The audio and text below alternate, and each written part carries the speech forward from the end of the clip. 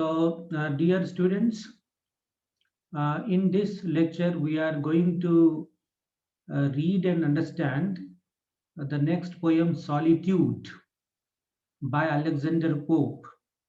Solitude is the title of the poem. The poem is composed by Alexander Pope. First, let's read the introduction of Alexander Pope. Alexander Pope, he born in 1688 and passed away in 1744. From 1688 to 1744 is the lifespan of Alexander Pope. He was an 18th century English poet, and he is best known for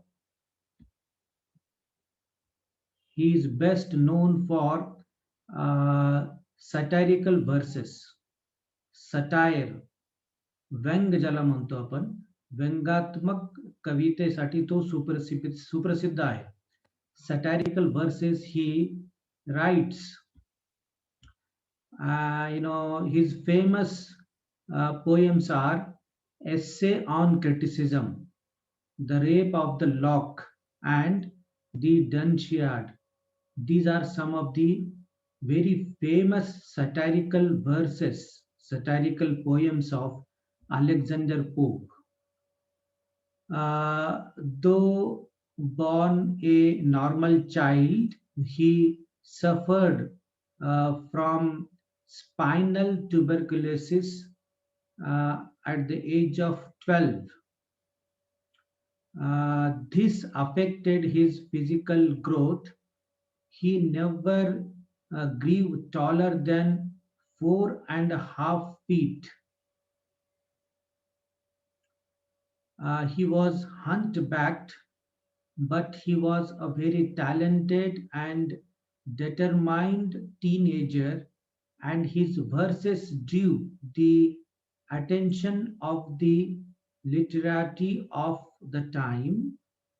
Pope was the acknowledged master of the heroic couplet and a central figure in the neoclassical movement of the early 18th century. Alexander Pope is a very famous writer of 18th century. 18व्या शतकातला हा खूप महत्वाचा कवी आहे. व्यंगात्मक लिखाण यांनी केलेलं आहे, व्यंग केलेलं आहे. याचे जे सुप्रसिद्ध कविता आहेत, essay on criticism, the rape of the lock and Dunciad नावाचे हे काही शीर्षक आहेत अलेक्झांडर पोपनी लिहिलेले फेमस कवितांचे, कंपोजिशनचे. आणि तसा तो नॉर्मल चाइल्ड होता, नॉर्मल एक व्यवस्थित, जेव्हा त्याची बर्थ झाली, जेव्हा तो जन्मला तेव्हा व्यवस्थित होता. पण 12 वर्षाचा जेव्हा झाला त्यावेळेस त्याला स्पायनल ट्युबरक्युलोसिस झालं. स्पायनल ट्युबरक्युलोसिस, पाठीचा कणा जो असतो तो पाठीच्या कणाची टीबी झालेली होती. त्यामुळे त्याचं जे काही त्याची हाईट आहे ती हाईट वाढू शकली नाही आणि तो 4.5 फीट म्हणजे 4.5 फूटच तो उंच होता आणि थोडासा हंचबॅक्ड म्हणजे थोडंसं माने थोडंसं पाठीत वाकलेला होता, अशा पद्धतीचा तो होता. पण बुद्धिमत्ता अतिशय तल्लख होती. लहानपणापासूनच तो कविता रचायला सुरुवात त्याने केली होती आणि दुसरे जे काही त्या काळातले चांगले साहित्यिक लोक होते, त्या साहित्यिक लोकांमध्ये तो तसा ओळखला जात होता लहानपणापासूनच. And he is one of the important figure in new classical movement. New classical नावाची चळवळ इंग्लिश साहित्यामध्ये सुरुवात झाली होती, त्यातला हा एक महत्वाचा लेखक आहे. हिरोईक कप्लीट हा कविता लिहिण्याचा एक काय म्हणू आपण, एक कवितेचा जो स्टॅन्झा असतो किंवा कवितेची जी ओळ असते, ती ओळ, हिरोईक कप्लीट ही जी ओळ आहे, या कवितेची ओळीची सुरुवात अलेक्झांडर पोपनी केलेली आहे. हिरोईक कप्लीट ज्यामध्ये 5 फीट असतात, स्ट्रेस्ड अँड अनस्ट्रेस्ड सिलेबल असतो वगैरे वगैरे. So this poem he is written when he was very young.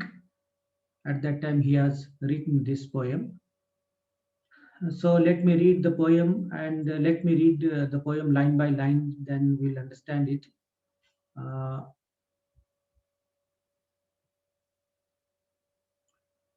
Happy the man whose wish and care a few paternal acres bound, content to breathe his native air in his own ground.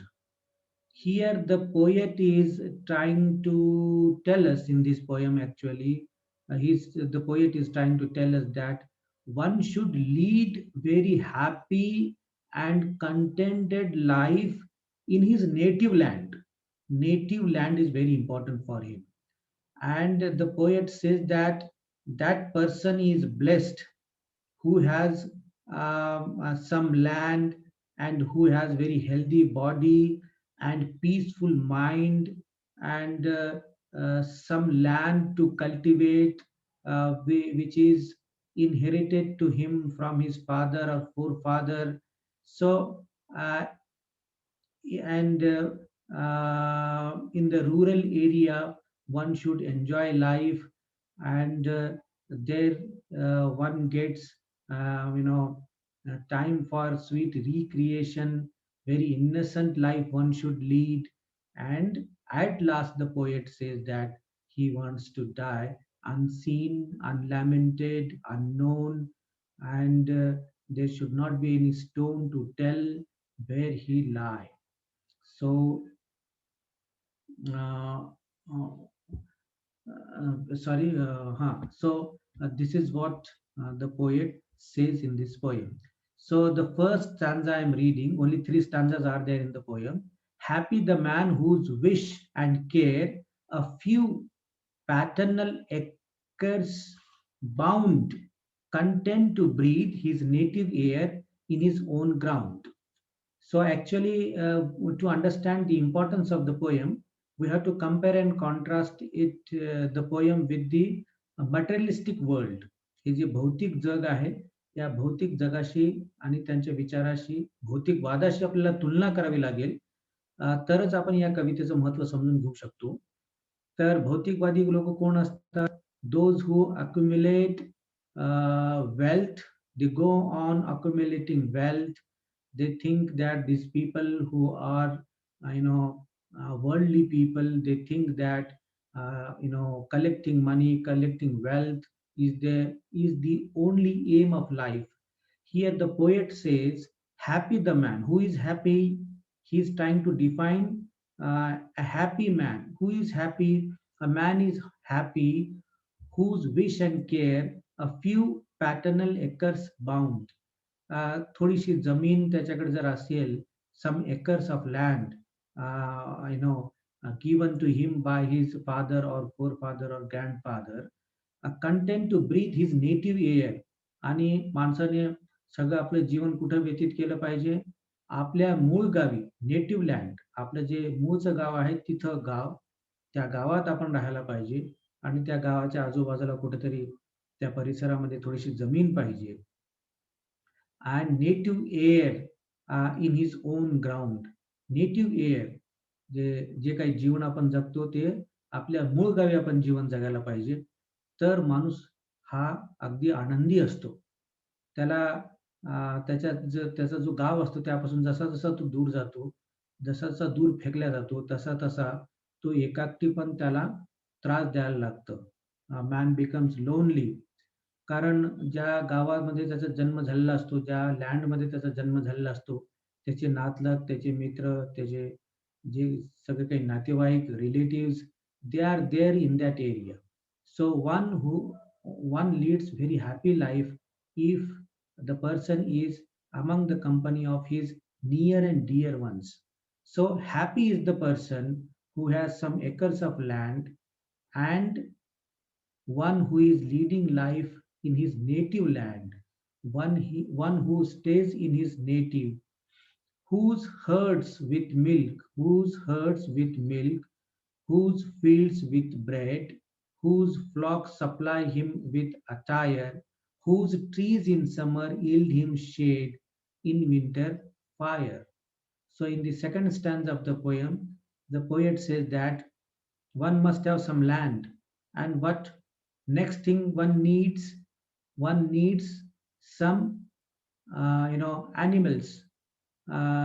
From those animals, one can get milk, or some field. From the field one gets bread. थोडी जमीन पाहिजे, काही आपले जनावर असले पाहिजे, त्यांच्यापासून दूध वगैरे मिळालं पाहिजे. सगळं शेतकऱ्याचं आणि ग्रामीण भागातलं दर्शन इथं आपल्या या कवितेमध्ये दिसतं. थोडीशी जमीन असेल तर तिथं पेरणी करेल तो, काही पीक उगवेल आणि अन्नधान्य त्याला मिळेल, आणि त्या अन्नधान्यापासून त्याला जे काही भाकरी त्याला लागते ते भाकरी तो बनवू शकतो.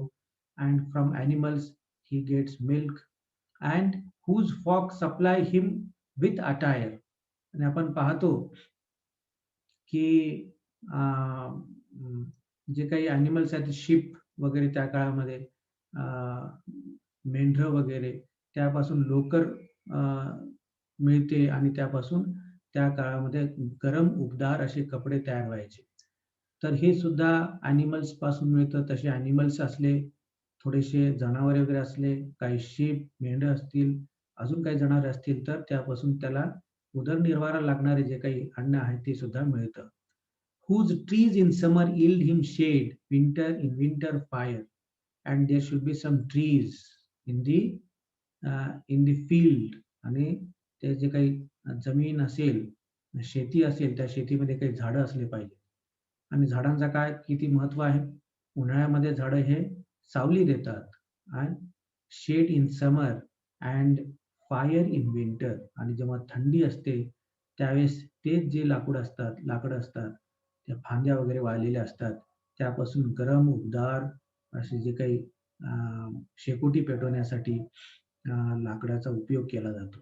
So these things one must have, आणि हेच गोष्टी माणसाला असले पाहिजेत माणसाकडे.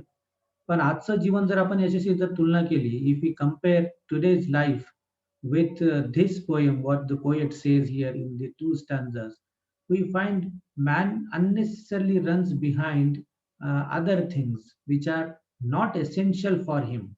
जी बिलकुल अजिबात गरज नाही अशा गोष्टीची, त्या गोष्टीच्या मागे माणूस धावतो, आणि आपलं जीवन सगळं काही हा गुंतागुंतीचं आणि निराशामय बनवत जातो. तर माणसाने खूप जास्त अपेक्षा करू नये. पहा या कवीचे काय काय अपेक्षा आहेत. छोटंसं छोटीशी शेत असावं छोटंसं, आणि काही ॲनिमल्स, जनावरे वगैरे असावेत. शेतामध्ये झाडे असावेत, आणि ॲनिमल्सपासून आणि शेतामधून त्याला जे काही अन्न मिळतं, त्या अन्नावर भागून घेईल आणि अगदी साधं जीवन जगेल. असं जर साधं माणूस विचार करायला लागला, तर आज आपण पाहतो की we are suffering from pandemic situation, we are suffering from COVID-19, this virus. So this virus is creation of materialistic way of life. भौतिकवादी जीवनाची उत्पत्ती आहे हे सगळे कॉम्प्लिकेशन्स. वेगवेगळे बिमाऱ्या येतात, कितीतरी शस्त्र बनत आहेत, युद्ध आपण पाहतो होत आहेत. आपण पाहतो की वेगवेगळे माणसाचं जे जीवनाचं वयोमान आहे तो कमी झालेला आहे. कितीतरी लोक मारले गेले या COVID-19 मुळं. This all are the complications created by human being actually. So here Alexander Pope tells us what we need, basic needs. काय बेसिक नीड्स आहेत आपले, आणि आपण काय करत आहोत सध्या, हे सगळं काही त्याचं हे वर्णन इथं अलेक्झांडर पोप आपल्याला करत आहे. तर अलेक्झांडर पोप काय सांगतो, व्हॉट आर द नीड्स. काय असलं पाहिजे, माणसाला अन्नाची गरज आहे. अन्नाच्या गरजेसाठी माणसाला काय करावं लागेल, शेती करावी लागेल, म्हणून थोडीशी शेती पाहिजे. दुसरं, माणसाला काही ॲनिमल्स पासून जे काही प्रॉडक्ट मिळतात आपल्याला, दूध, दही वगैरे, त्याच्यासाठी काही ॲनिमल्स पाहिजेत. आणि झाडं फार आवश्यक आहेत आपल्यासाठी, ते आपल्या शेतामध्ये पाहिजे. These are very simple things one need. Blessed who can unconcernedly find hours, day and year slide soft away, in health of body, peace of mind, quite by day. So in the next stanza, the third stanza, what the poet says, he is the person is blessed. असा व्यक्ती blessed असतो. त्याला सगळं काही असतं त्या व्यक्तीला. आनंदी जीवन जगतो तो. कोण व्यक्ती ब्लेस्ड असतो? That person is blessed who can unconcernedly find hours. ज्याच्या जीवनामध्ये काही काळजी नसते, अगदी आनंद असतो आणि ज्याला सहज वेळ मिळतो. सहज पाहतो आपण माणसाचं जीवन इतकं गुंतागुंतीचं बनलेलं आहे, की man doesn't get time. He is busy all the times. From morning to the night and then again he wakes up in the morning and he works up to the night. He doesn't get some time to sit and think over. He doesn't get time to enjoy this nature. हे जे निसर्ग आहे ते सुद्धा त्याच्याकडे पाहण्याची वेळ सुद्धा माणसाला नाही. असंच जीवन जगत जातो आणि असंच जीवन संपतं. So man must get some time to think. Some hours he should have to think. Days and years slide soft away. In health of body, peace of mind. Next thing काय पाहिजे माणसाला? संपत्ती नको जास्तीत. काय पाहिजे? Health. Health is very important. Generally, we say there is a saying, health is wealth actually. If you have a good health, that is, more than wealth. And next thing what one should have is peace of mind. बुद्धी शांत असली पाहिजे. माणसाच्या जीवनामध्ये शांतता असली पाहिजे, आनंद असला पाहिजे. आणि जर खूप टेन्शन असेल, प्रेशर असेल, तर मात्र माणूस जीवन आनंदानं जगू शकत नाही. कितीही श्रीमंती असेल, पण पीस ऑफ माइंड नसेल आणि शांतता नसेल जीवनामध्ये, माणसाच्या डोक्यात प्रेशर असेल, तर मात्र one cannot lead happy life. So one should have good health and peace of mind and quiet by day. आणि शांत असलं पाहिजे जीवन. खेड्या माणसं ग्रामीण भागामध्ये पहा किती सुखानं लोक जीवन जगत आहेत. ज्या लोकांकडे ज्यांना हाव नसते भौतिकवादी जीवनाची, अशी लोक खूप आनंदाने जीवन जगतात. So understand this. The message of the poet in this poem is that man should lead contented and happy life, and man should think of only his basic needs. जे मूळ गरजा आहेत, मूलभूत गरजा आहेत, त्यांचाच विचार माणसाने केला पाहिजे. बाकी खूप विचार करून भौतिकवादी जीवन जगण्याचा प्रयत्न माणसाने करू नये. कारण माणसाचं जीवन एकदा संपलं तर मात्र पुन्हा त्याला जीवन मिळत नाही. In the next stanza, the poet says, sound sleep by night, steady and ease, together mixed, sweet recreation, and innocence which most does please with meditation. Sound sleep, शांत झोप कोणाला लागते? ज्याला अजिबात काळजी नसते, त्याला शांत झोप लागते. पण ज्या लोकांना खूप काही करायचं आहे, वाजवीपेक्षा जास्त करायचा प्रयत्न करतात, त्यांना काही शांत झोप लागत नाही. Study and ease. Study and ease. अभ्यास सुद्धा केला पाहिजे माणसाने. अँड ईज आणि इझी लाईफ जगलं पाहिजे. साधं जीवन असलं पाहिजे, जसं गुंतागुंतीचं जीवन असू नये. Together mixed sweet recreation. माणसाच्या जीवनामध्ये मनोरंजन पण पाहिजे. Sweet recreation and innocence and most does please with meditation. Innocence, अगदी माणूस कसा असला पाहिजे? निष्पाप वृत्तीचा असला पाहिजे. दुसऱ्याबद्दल खूप विचार करून कोणाचं काय नुकसान करायचं, कोणाचं काय करायचं, असे जे विचार करणारे लोक असतात, दुष्ट बुद्धीचे, असे लोक काही आनंदाने जीवन जगू शकत नाहीत. म्हणून आपलं जीवन कसं असलं पाहिजे, आपले विचार कसे असले पाहिजे? इनसंट विथ सम मेडिटेशन. आणि काही मेडिटेशनची सुद्धा आपल्याला गरज आहे. Meditation is very important in life that we need, and these are the things what the poet says are the basic needs, are the needs of a human being. And if one has these things, then the man is very very happy and he is blessed. तोच व्यक्ती खूप आनंदी जीवन जगतो. ज्या व्यक्तीकडे थोडीशी जमीन आहे, एक छोटंसं घर आहे, काही जनावर आहेत गरजा पूर्ण करण्यासाठी, आणि अगदी सुखानं तो जीवन जगतो आणि डोकं अगदी शांत आहे, आरोग्य चांगलं आहे आणि शांततेनं ज्याला झोप लागते आणि थोडंसं तो अभ्यासही करतो आणि साधं आणि सरळ जीवन जगतो आणि meditation is also important. Meditation पण करतो आणि सरळ साधं विचार करतो. इन्नोसंट, very इन्नोसंट innocent life, innocent thinking, like a child is also important. आणि शेवटची जे काही स्टॅन्झा आहे, त्या स्टॅन्झामध्ये मात्र पोएट थोडासा चेंज होतं. He changes his mood and what the poet says, "thus let me live unseen unknown." असं मला जगू द्या. Unseen unknown. कोणालाच माहीत नाही, जास्तीचे लोक ओळखीचे नाहीत. असंच जगायचं अनसीन अँड अननोन.